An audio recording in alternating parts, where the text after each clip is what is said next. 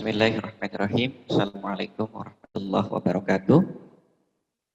Alhamdulillahirabbil alamin wa bihi nasta'inu ala umuri dunya waddin wa ala alihi wa sahbihi ajma'in. Rabbi shrah li sadri wa yassir li amri wahlul 'uqdatam min lisani yafqahu qawli amma ba'du.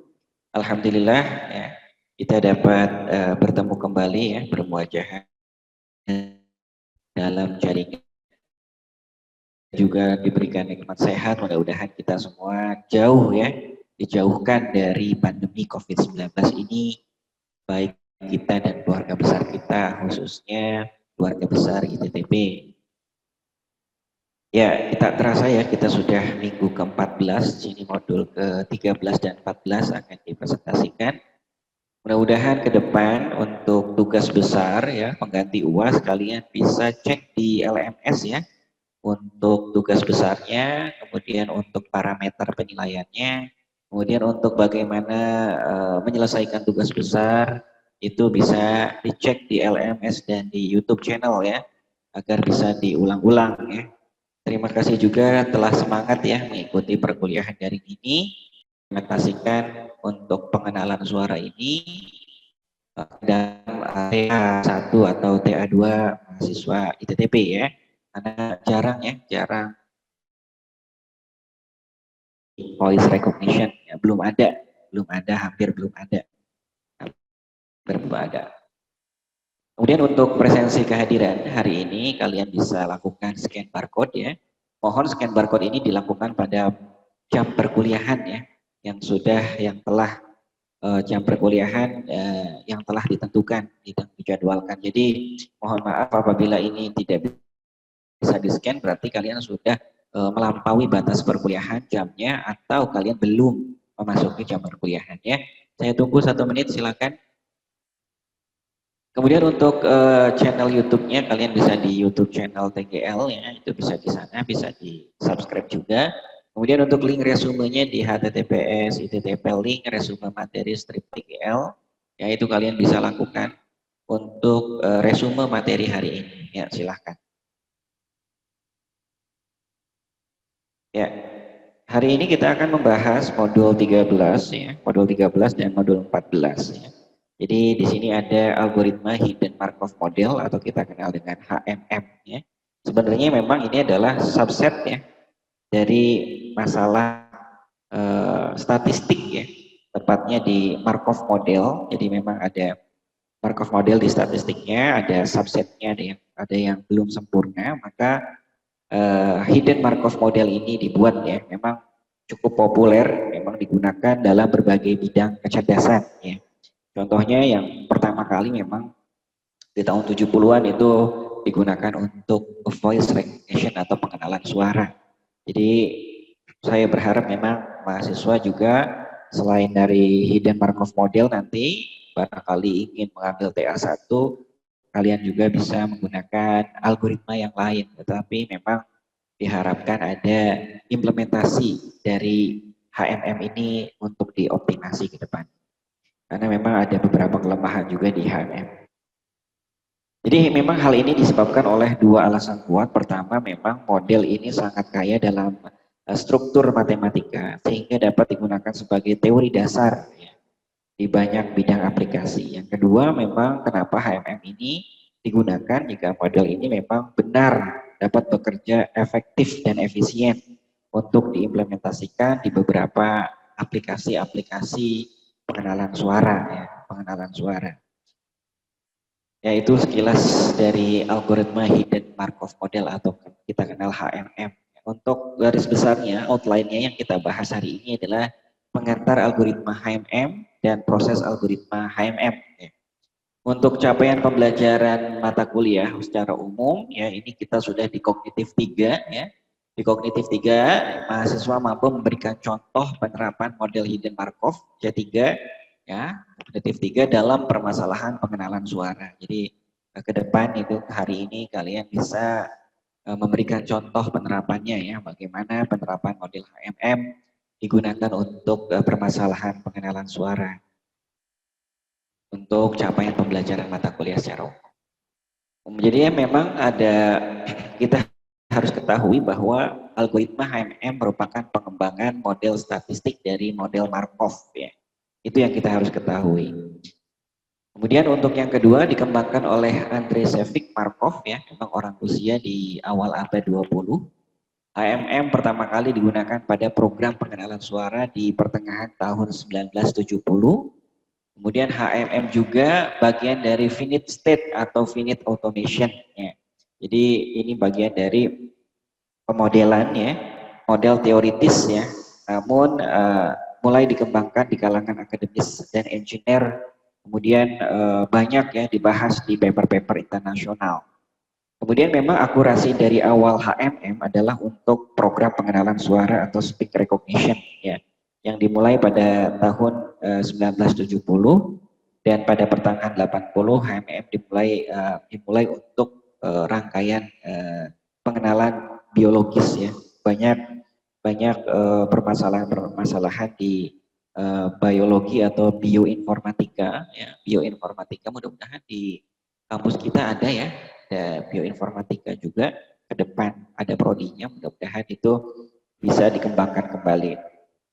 Contohnya memang di bioinformatika atau di biologis HMM digunakan untuk DNA ya, pengenalan DNA, permasalahan di bioinformatikanya. Memang HMM juga telah dipelajari secara luas dalam bidang statistik ya. Model ini dipandang sebagai proses bivariate ya, parametrik dalam waktu diskrit ya. Memang HMM merupakan finite state yang homogen dari Markov model dan tidak dapat diamati ya. Jadi memang proses kedua di HMM itu digunakan secara aliran variabel cara acak ya, atau kondisional yang diberikan oleh Markov model. Kemudian untuk pengaruh yang diberikan ya dari variabel acak itu, Markov model pada waktu tersebut ya, untuk waktu memang waktunya akan menjadi lebih banyak ya pada saat membuat sebuah model ya. Nah ini contoh model Markov chain model. Jadi memang itu salah satu model ya, pemodelan yang ada di model Markov, hidden Markov model, atau disebut dengan chain ya, Model ini ditemukan oleh Audrey Markov ya, yang merupakan proses skolastik yang dimiliki oleh properti Markov. Dengan demikian memang properti tersebut kita anggap sebagai inputan ya, apabila diberikan inputan keadaan yang akan datang atau memprediksi ya, ia lepas dari keadaan di masa lampau ya. Jadi dia lepas pada saat kita memprediksi sesuatu, dia lepas dari masa lampau. Dengan kata lain, kondisi masa depan dituju dengan menggunakan probabilitas ya, bukan dengan determinitas. Ini contoh untuk prediksi hujan ya. Hujan ya, itu menggunakan finite automation ya, state atau finite automation. Finite automation sendiri adalah kumpulan state yang transisi antara state satu dengan state yang lain dilakukan berdasarkan observasi. Pada Markov chain, setiap busur ya, jadi setiap busur kalau kita lihat di gambar itu, setiap busur antara state berisi probabilitas yang mengidentifikasikan kemungkinan jalur tersebut akan diambil. Jadi antara jalur A ke jalur B, A2, A32, itu adalah salah satu kemungkinan state itu akan melewatinya. Jumlah probabilitas semua busur yang keluar dari sebuah simpul adalah 1. Gambar di bawah ini ya, gambar tersebut ya, memperlihatkan contoh Markov chain yang menggunakan kondisi cuaca. Jadi ini untuk memprediksi kondisi cuaca, ini finite automation-nya seperti ini. Kemudian untuk pemodelan HMM, algoritma HMM didasari oleh model matematik ya, yang dikenal dengan rantai Markov. Beberapa hal yang dapat dijelaskan tentang rantai Markov yaitu sebagai berikut. Nah ini. Jadi kalau kita lihat ya, ada beberapa tahapan di rantai Markov. Markov model itu Yang pertama adalah transisi keadaan dari suatu keadaan dari suatu keadaan itu tergantung pada keadaan sebelumnya. Ya. Itu ada persamaannya P sama dengan QT sama dengan J, ya, irisnya dari QT dikurangi 1 sama dengan I. Ya. Itu persamaan pertama. Yang kedua adalah transisi keadaan bebas terhadap waktu. Ya. AIJ sama dengan P, ya, kurung pelawal QT sama dengan J, ya, irisnya dari QT dikurangi 1 sama dengan I. Itu persamaan di Markov model yang kedua. Ya, untuk kemudian kita bisa menggambarkan rantai Markov secara umum ditunjukkan pada gambar berikut, ya. Jadi ini ada rantai Markovnya, ya. Satu automation ke automation yang lain ditunjukkan pada panah, ya. Ditunjukkan pada panah.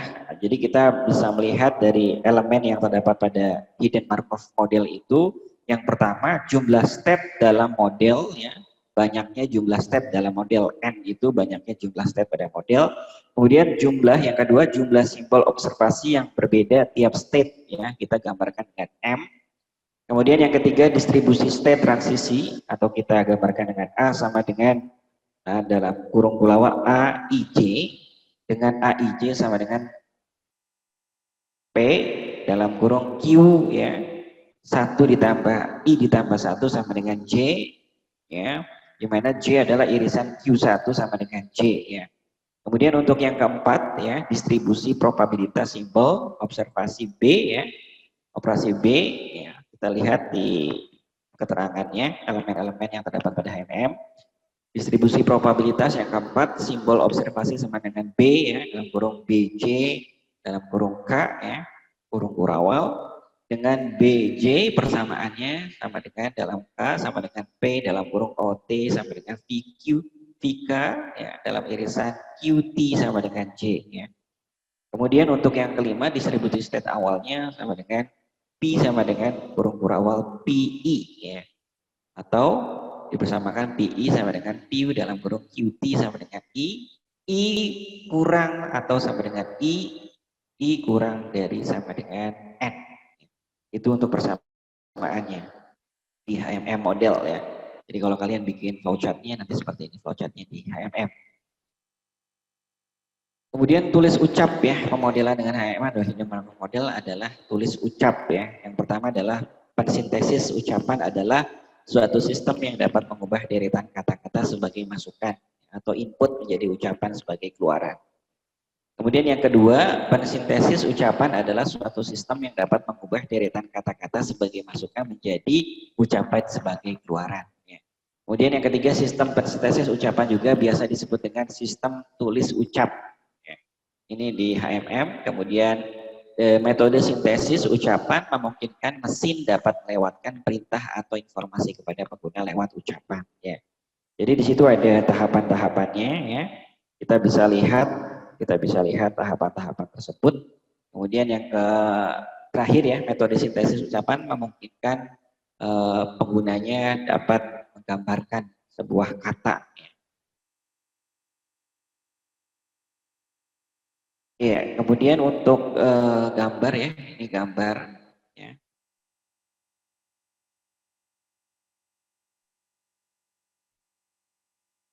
Untuk pesan atau informasi yang dikirimkan lewat ucapan memiliki kelebihan dalam pentransmisian pesan atau informasi. Ya. Antara lain, yang pertama, pengguna dapat dengan mudah memahami pesan atau informasi tanpa perlu intensitas konsentrasi tinggi. Yang kedua, pesan atau informasi dapat diterima saat pengguna sedang terlibat dengan aktivitas lain, misalnya saat berjalan, menangani, atau sedang melihat objek lain. Itu disebut dengan noise juga di dalam voice recognition, ya. Nah, ini untuk gambaran sistem sintesis ucapan, ya. Jadi ada teks, ya. Kemudian di situ ada model intonasi bahasa Indonesia, kemudian dikonvert ke teks ke fenom, kemudian melewati kode fenom, nada dan durasi, kemudian basis data di PON bahasa Indonesia, kemudian konverter fenom ke ucapan, kemudian ucapan. Jadi di situ ada gambar proses sistem sintesis ucapan. Yang pertama, subsistem converter atau teks ke fenom. Subsistem converter teks ke fenom berfungsi untuk mengolah kalimat ya, jadi masukkan dalam suatu bahasa tertentu ya berbentuk teks menjadi urutan kode-kode bunyi yang dipresentasikan ke dalam kode fenom. Jadi durasi serta menandakan ya, menandakan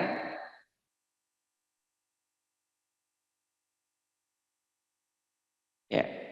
Jadi di situ ada kode-kode ya menjadi bunyi yang dipresentasikan ke kode fenom, kemudian durasi serta nadanya.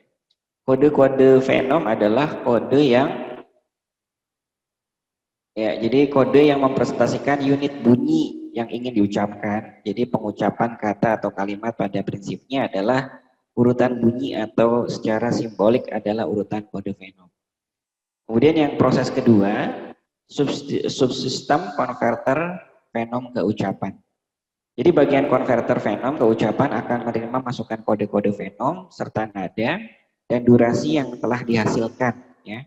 Jadi durasi yang dihasilkan sebelumnya, jadi berdasarkan kode-kode tersebut kalimat yang ingin diucapkan, beberapa teknik ya, itu ada beberapa teknik yang dapat digunakan untuk implementasi di bagian-bagian tersebut. Salah satunya yang digunakan adalah penyambungan dipon. Pada sistem yang menggunakan teknik penyambungan dipon, yaitu memang sistem harus didukung oleh suatu basis data dipon itu sendiri yang berisi rekaman segmen-segmen ucapan yang berupa dipon itu sendiri.